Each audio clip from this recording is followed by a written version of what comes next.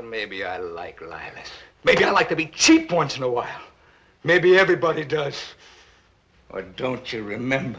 Kirk Douglas is one of the greatest stars of all time. Known for his fierce, impassioned acting style and physicality, Douglas cemented himself as one of the finest leading men of his era. One minute he'll charm you with his devilish smile, and the next he'll have you scared stiff. Now, before I discuss my top 5 Kirk Douglas films, I want to note I am omitting his masterpiece Ace in the Hole, as I previously discussed it in my noir video. At number 5 from 1964 is 7 Days in May, directed by John Frankenheimer and starring Burt Lancaster, Frederick March, and Ava Gardner. The film follows Marine Colonel Martin Jiggs Casey, the director of the Joint Chiefs of Staff, who uncovers a sinister plot for a military takeover of the US government. However, the clock is running out and Jiggs may not have enough time to gather the evidence he needs. So, with the help of the president and his aides, they team up to stop the imminent coup and restore order to the White House. This film is incredible due to its stark realism, sharp dialogue, and the amazing cast. The punchy and incisive script was penned by Rod Serling, and the score was done by the excellent Jerry Goldsmith. Of course, this pair would later come together again to make the classic The Planet of the Apes. Kirk Douglas is fantastic as Colonel Jiggs. He exhibits a tough, reserved disposition, but is always ready with biting criticism for those he dislikes. Yes, I know who Judas was. He was a man I worked for and admired until he disgraced the 4 stars on his uniform. It is riveting to watch Jiggs wrestle between his loyalty to his country or to his superior officer, General James Mattoon Scott. Burt Lancaster is phenomenal as Scott, and the tense final scene between him and President Lyman, played by March, is the highlight of the film. And of course, Ava Gardner is charming as always, except maybe when she slaps the crap out of you.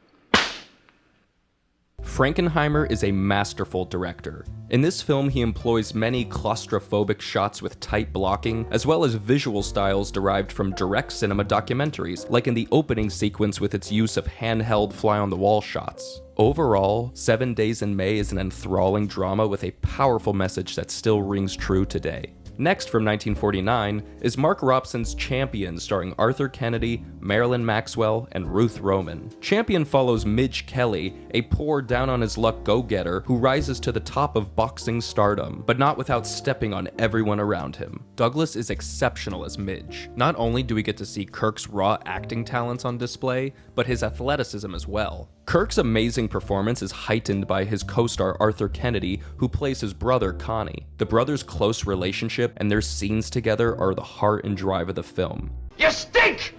You stink from corruption! You're worse than a murderer, you're a grave robber! Ruth Roman is incredible as Emma, and her scenes with both Kirk and Kennedy are some of my favorite moments in the movie. Robson's direction is excellent. The beautiful black and white cinematography coupled with the exciting, well-edited boxing scenes are the highlights of the picture. Speaking of editing, Champion took home the Oscar for Best Editing at the 1950 Academy Awards, and, due to the film's success, Douglas signed a 7-year, $1 million contract with Warner Brothers. If you're a fan of sports films or the classic tale of the rise and fall of a star, you will absolutely love Champion. At number 3 from 1956 is Vincente Minnelli's biopic of Vincent van Gogh, Lust for Life, starring Anthony Quinn and James Donald. Douglas plays the role of the struggling, tortured artist Van Gogh and does so beautifully. Here he displays bitter fits of rage and blissful moments of ecstasy in the pursuit of his art. Van Gogh's life was riddled with failure and disappointment, and Kirk perfectly showcases that grief and pain through his intense body language and facial expressions. James Donald is excellent as Van Gogh's nurturing brother Theo, and Anthony Quinn, who won the Oscar for Best Supporting Actor, steals the show as the famous French painter Paul Gauguin. What really makes this movie shine is its use of Technicolor. The sheer richness of the colors seen throughout the film is breathtaking. Van Gogh's paintings pop off the screen every time they're shown, and the gorgeous real-life locations used in France, Belgium, and the Netherlands really enhanced the picture as well. The role of Van Gogh took a heavy toll on Douglas, who, in his autobiography, wrote, "Playing Vincent van Gogh shook up my theory about what acting is all about. To me, acting is all about creating an illusion, showing tremendous discipline, not losing yourself in the character that you're portraying. But I was close to getting lost in the character of Van Gogh. It was a frightening experience. The memory makes me wince. I could never play that part again. For a long time after I finished the movie, I didn't see the picture." Overall, with the exceptional direction from Minnelli and Douglas's stunning portrayal of Van Gogh, it makes Lust for Life a must-see film. Next, from 1952, is The Bad and the Beautiful, starring Walter Pidgeon, Lana Turner, and Dick Powell. Another film helmed by director Vincente Minnelli, The Bad and the Beautiful tells the story of Jonathan Shields, an unscrupulous movie producer who uses and alienates those around him as he fights to be a success. I can't tell you how much I love this film. The chemistry between the whole cast, the direction and writing. Not only is it one of the best films of the 1950s, but also one of the best movies about making movies. Kirk is simply astonishing in this role and delivers one of the best performances of his career. In this film in particular, you can really see his endearing charm and how quickly it can turn on a dime. Maybe I don't want anybody to own me, you or anybody. Get out! Get out! Get out! Add to the mix the excellent performances from Turner, Pidgeon, Powell, and the great Gloria Graham, who won an Oscar for Best Supporting Actress, it truly makes for one of the best ensemble casts I've ever seen. Minnelli's direction is superb. The moody lighting and intimate shots enhance the drama and tension of each scene. The film also won Oscars for Best Screenplay and Best Black and White Cinematography, Art Direction, and Costume Design. If you've never seen it, The Bad and the Beautiful is a magnificent melodrama that is richened by a masterful cast of actors and a phenomenal ending shot that has become a personal favorite of mine. And at number 1 from 1957 is Stanley Kubrick's war drama Paths of Glory, starring Ralph Meeker, George McCready, and Timothy Carey.